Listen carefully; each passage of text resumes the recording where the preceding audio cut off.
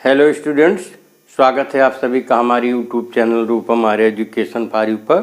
बच्चों, इस वीडियो में हम सिंथेसिस के अंतर्गत दो या दो से अधिक वाक्यों को जोड़ करके एक कॉम्प्लेक्स सेंटेंस बनाना सीखेंगे।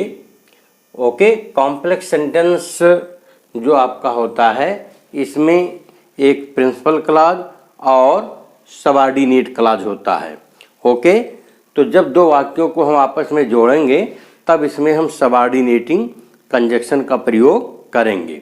ओके, अध्ययन की सुविधा के लिए सबऑर्डिनेटिंग कंजक्शन को या you can say subordinate clause को तीन भागों में बांट लिया गया है, नाउन क्लॉज, एडजेक्टिव क्लॉज और एडवर्ब क्लॉज, जिसमें मैंने नाउन क्लॉज और एडजेक्टिव क्लॉज से रिलेटेड वीडियो अपलोड कर दिया है। यदि आपने ना देखा हो तो अवश्य देख लें, और यदि आप चैनल पर नए हों, आपने इसे अभी तक सब्सक्राइब ना किया हो तो आप इसे अवश्य सब्सक्राइब कर लें।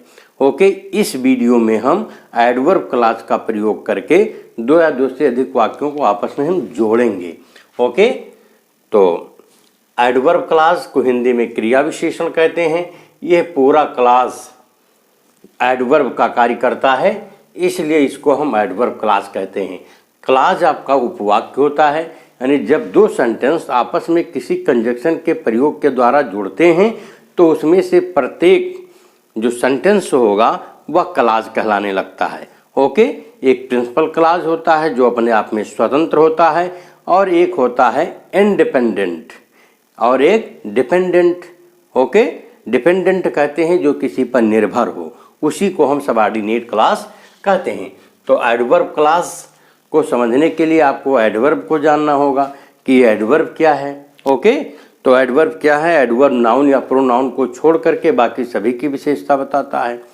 तो जो एडवर्ब है, एडवर्ब के अंतर्गत आपकी कॉज आता है, कारण, शर्त, कॉन्ट्रास्ट यानी विरोध, कंपैरिजन तुलना, रिजल्ट, मैनर या पर्पज, ये सब चीज़ें आती हैं आपके एडवर्ब के अंतर्गत। तो जब आप दिए गए सेंटेंस को देखें जो आपके क्वेश्चन पेपर में हो या आपके एक्सरसाइज में दिया हो, तो उन दिए गए सेंटेंस को आप पढ़िए।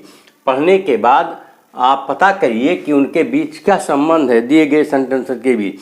यदि उनके बीच में cause, condition, contrast, comparison, result, manner या पर्पज का संबंध है, तो ऐसी स्थिति में आप समझ जाएं कि आपको उसमें एडवर्ब का ही प्रयोग करना है, और एडवर्ब का प्रयोग करके जब वाक्यों को जोड़ेंगे तो एडवर्ब सहित पूरा आपका सबऑर्डिनेट क्लॉज एडवर्ब क्लॉज कहलाएगा।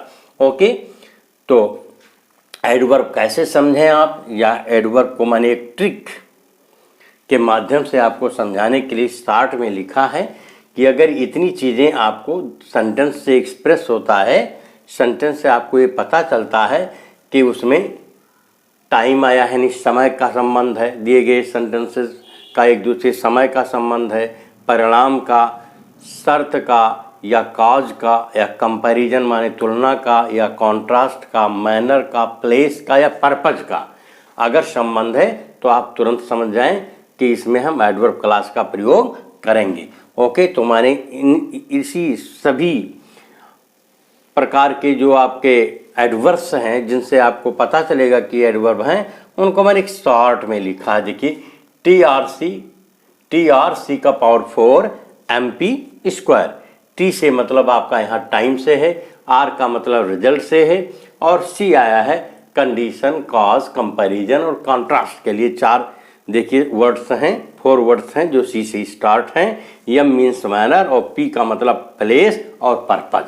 तो अगर आप ये याद रखेंगे TRC की पावर 4 MP स्क्वायर, तो इससे आपको एडवर्ब का पता चलेगा। ओके, ये सभी एडवर्ब के रूप में जाने जाते हैं। ओके, तो आइए हम दिए गए कुछ एग्जाम्पल लिखे हैं मैंने, आप इन एग्जाम्पल्स को आप पढ़िए और फिर पता करिए कि दिए गए सेंटेंस से क्या भाव व्यक्त होता है, ये क्या एक दूसरे को कैसे रिलेट करते हैं। देखिए, द पेशेंट डाइड, यहाँ पर मैंने एक सेंटेंस लिखा है। पेशेंट डाइड का मतलब होता है कि मरीज मर चुका था, और द डॉक्टर केम और डॉक्टर आए। देखिए पास्ट इंडिफिनिट में है और ये पास्ट परफेक्ट है। पास्ट इंडिफिनिट और पास्ट परफेक्ट में ये डिफरेंस है कि जो जल्दी का पास्ट है यानी अभी जिसको बीते हुए कम समय हुआ है उसको हम पास्ट इंडिफिनिट में रखते हैं और जो ज़्यादा समय बीत गया उसमें हम पास्ट परफेक्ट प्रयोग करते हैं। ओके, तो जब आप इस वाक्य को जोड़ेंगे तो आप देखेंगे कि इसमें एक घटना पहले हुई है और एक घटना बाद में हुई है। तो देखिए पहले कौन सी घटना घट गई, यानी पेशेंट मर गया और क्या हुआ, डॉक्टर आया। यानी ये जो पेशेंट था इसके मरने की घटना पहले की है और बाद में डॉक्टर आया है। ओके, जब आप इसे जोड़ेंगे आपस में तो आप पास्ट परफेक्ट टेंस का प्रयोग करके जोड़ेंगे, आपका बनेगा कि the patient had died before the doctor केम। आप क्या करेंगे, इसमें आप बिफोर का प्रयोग करके इन वाक्यों को आपस में जोड़ देंगे। तो the patient had died before the doctor came. Okay, ये बिफोर क्या है, ये बिफोर आपका एडवर्ब क्लॉज है और ये क्या शो करता है या सेंटेंस के बीच में क्या रिलेशन शो करता है, टाइम का। इसलिए इसमें जो प्रयोग किया गया है वो एडवर्ब क्लॉज ऑफ टाइम का प्रयोग किया गया है। इसी तरह से हम नेक्स्ट सेंटेंस देखें, I waited for Ram, I waited till his arrival. देखिए मैंने राम का इंतजार किया, मैंने उसके आगमन तक उसका इंतजार किया। तो जब आप इस वाक्य को आपस में जोड़ेंगे तो आपका बनेगा I waited for Ram till his arrival. ये टिल आपका कंजक्शन है, तो टिल हिज अराइवल अगर आप करेंगे तो आपका सही नहीं रहेगा, तब आपका सिंपल सेंटेंस बन जाएगा। आपका जो कॉम्प्लेक्स में आपको बनाना है तो कॉम्प्लेक्स में देखिए प्रिंसिपल क्लॉज और सबऑर्डिनेट क्लॉज प्रत्येक में फाइनाइट वर्ब यूज होती है। तो जब आप इसे कॉम्प्लेक्स सेंटेंस में कंबाइन करेंगे तो आपका बनेगा I waited for Ram till he arrived. यहाँ पर आप देखिए आपका ही और ये अराइव्ड आपका फाइनाइट वर्ब है। तो I waited for Ram till he arrived, ये आपका कंजक्शन है। ओके, और ये एडवर्ब क्लॉज ऑफ टाइम है। ओके, इन सभी चीज़ों को आपको याद रखना है। आपको ये क्लॉज ऑफ टाइम होगा, उसके अंतर्गत कौन कौन से शब्द आते हैं। तो देखिए इसमें whenever, till, until, before, after, when, while, since, as soon as long as, ये सब एडवर्ब क्लॉज ऑफ टाइम है। ओके, इनका प्रयोग करके जैसी आवश्यकता हो, जैसा जरूरत हो, उस हिसाब से इसका प्रयोग करके जब आप दो या दो से अधिक वाक्यों को आपस में जोड़ेंगे तब आपका कॉम्प्लेक्स सेंटेंस बनेगा। ओके, अब आइए हम नेक्स्ट एग्जांपल देखते हैं। Nehru went to many places, Nehru बहुत स्थानों को गए। ही वॉज वेलकम्ड एवरीवेयर, उनका हर जगह स्वागत हुआ। ओके, जब इन दोनों सेंटेंस को आप देखेंगे तो क्या रिलेशन पाएंगे कि नेहरू कई जगहों पर गए, वह उनका प्रत्येक जगह स्वागत हुआ। तो आप क्या पाएंगे, इसमें प्लेस का उल्लेख मिलेगा, इनके बीच में स्थान का रिलेशन है, प्लेस का रिलेशन है, स्थान का रिलेशन है। ऐसी स्थिति में आप एडवर्ब क्लॉज ऑफ प्लेस का प्रयोग करेंगे और एडवर्ब क्लॉज ऑफ प्लेस के अंतर्गत दो ही शब्द आते हैं, एक व्हेयर है और दूसरा व्हेरेवर। व्हेरेवर माने जहाँ कहीं, व्हेयर माने जहाँ। ओके, तो जब आप इसे आपस में जोड़िए तो आपका बनेगा Nehru was welcomed where ever he went, यानी नेहरू जी का स्वागत हुआ जहाँ कहीं वो गए। तो ये आपका व्हेयर एवर क्या है, व्हेयर एवर आपका सबऑर्डिनेटिंग कंजक्शन है। आइए नेक्स्ट एग्जाम्पल हम देखते हैं।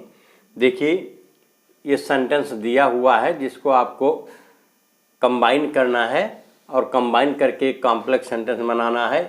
ही left trying to do his best, he could not give satisfaction anyhow, यानी उसने अपना कार्य करना या उसने अपना प्रयास करना छोड़ दिया,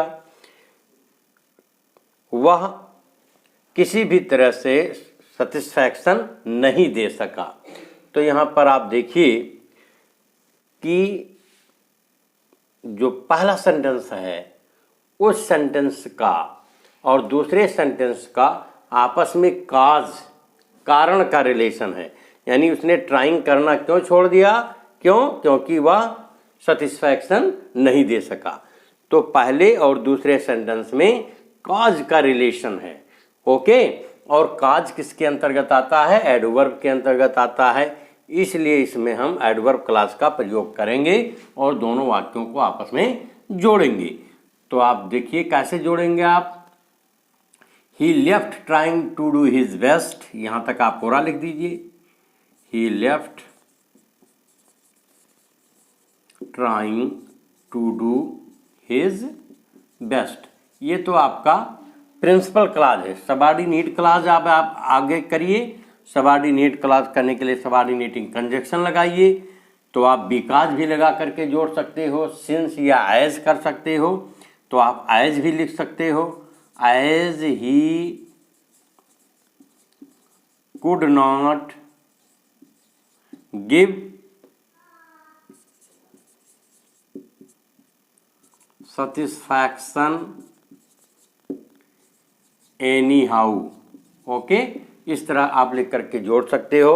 ओके, तो जब आप वाक्य को पढ़ें और आपको ये पता चले कि दिए गए वाक्यों में काज यानी कारण का रिलेशन है, तो ऐसी स्थिति में आप एडवर्ब क्लॉज ऑफ रीजन का प्रयोग करें। और इसके लिए आपको विशेष करके बिकॉज, सिंस या एज का प्रयोग करना है। यानी इनमें से आप किसी का भी प्रयोग करके इन वाक्यों को जोड़ सकते हो। आप इसे यूँ भी लिख सकते हो कि he left trying to do his best because he could not. Okay, या आप ऐसे कर सकते हो, सिंस लगा करके जोड़ सकते हो, since he could not give satisfaction anyhow he left trying to do his best. Okay, तो इस तरह से आप एडवर्ब क्लॉज ऑफ रीजन का प्रयोग करके वाक्यों को जोड़ सकते हैं। आइए नेक्स्ट एग्जाम्पल हम देखते हैं। I shall come my being alone is a condition. देखिए इसमें मैं आऊँगा और शर्त क्या है? मैं इस शर्त पर आऊँगा कि यदि मैं अकेला हूँगा तब। ओके, तो देखिए दोनों वाक्यों को पढ़ने से पता चलता है कि इनका आपस में एक दूसरे से शर्त का यानी कंडीशन का रिलेशन है। ओके, तो जब इस तरह का आपको सेंटेंस मिले जिसमें शर्त व्यक्त हो या एक सेंटेंस दूसरे सेंटेंस के लिए शर्त का संबंध शो करे, तब ऐसी स्थिति में आप एडवर्ब क्लॉज ऑफ कंडीशन का प्रयोग करेंगे, जिसके अंतर्गत इफ, इन केस या अनलेस का प्रयोग करेंगे। अनलेस का मतलब होता है जब तक कि नहीं, शर्त व्यक्त होता है इससे।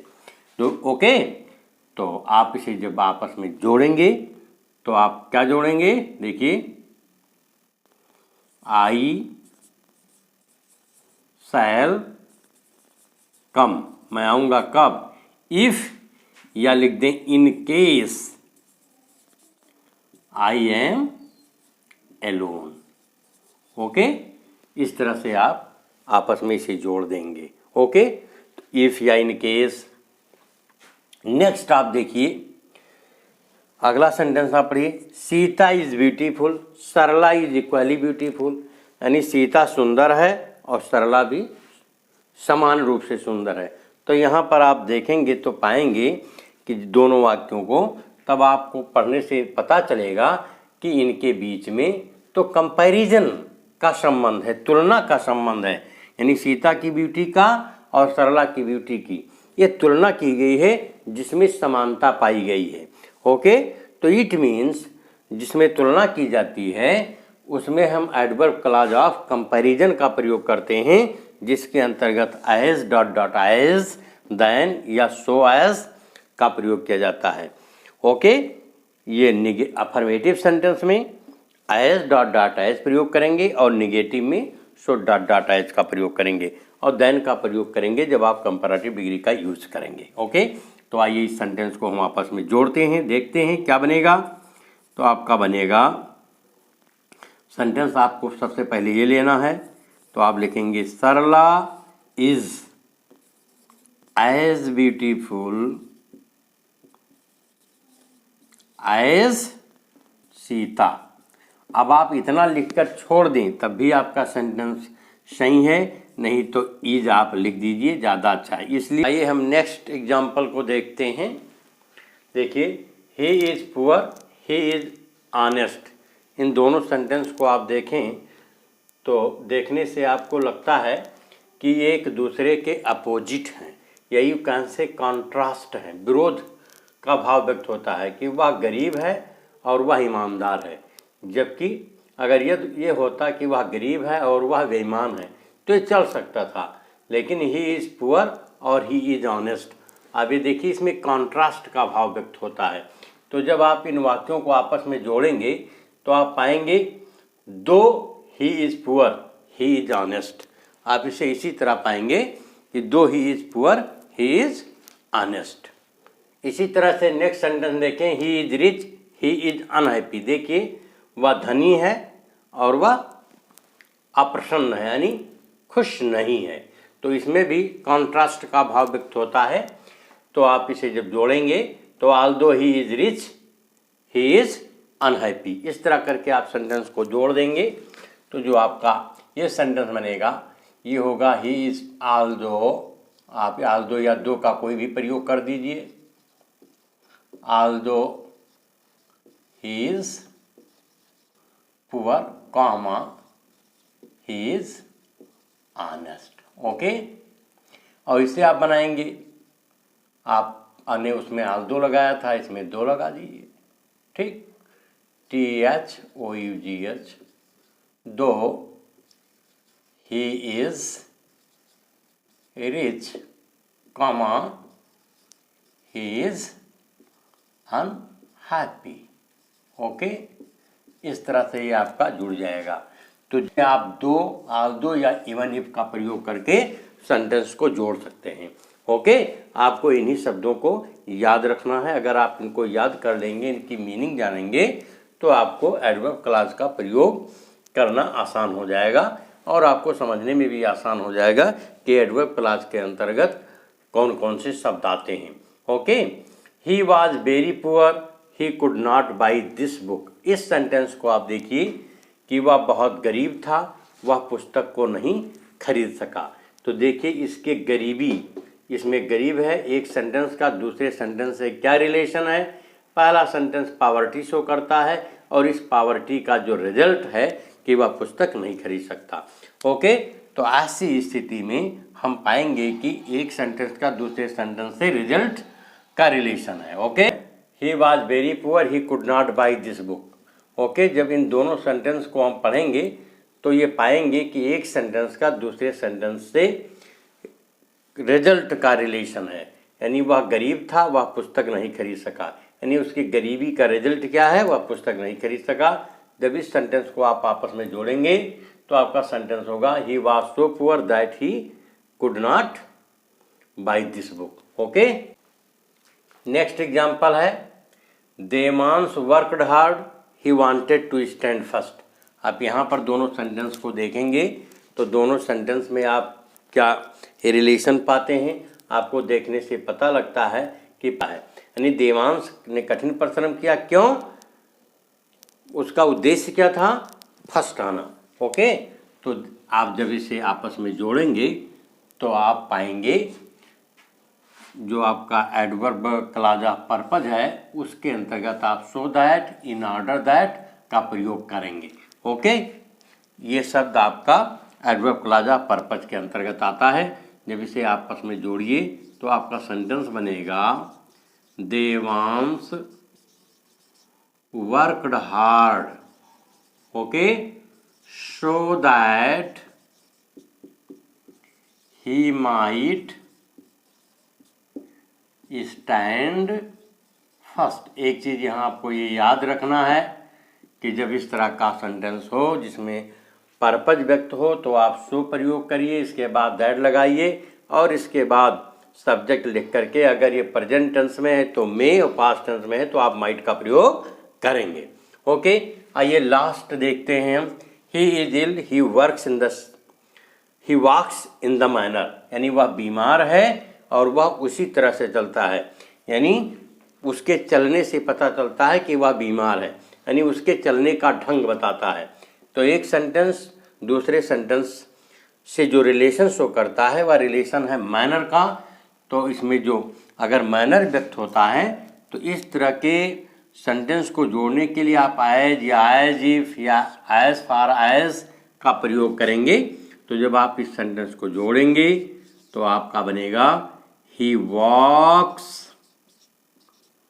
As if he is ill. इस प्रकार से आपका सेंटेंस बन जाएगा। ओके, आपको क्या करना है, इन्हीं शब्द को याद रखना है। Okay, you have treated me well, I shall treat in the same way. यानी आपने मेरे साथ अच्छा व्यवहार किया है, मैं भी आपके साथ अच्छा व्यवहार करूँगा। यानी आपके व्यवहार का जैसे मैनर रहा है आपका, वैसे मैं भी करूँगा। ओके, तो आप जब एक सेंटेंस में आप इसे जोड़ेंगे तो आप प्रयोग करेंगे, आपका ये भी मैनर के अंतर्गत आता है। तो I shall treat you, I shall treat you as you have treated me. इस तरह से आपका सेंटेंस बन जाएगा। ओके, तो आई होप आपको समझ में आ गया होगा।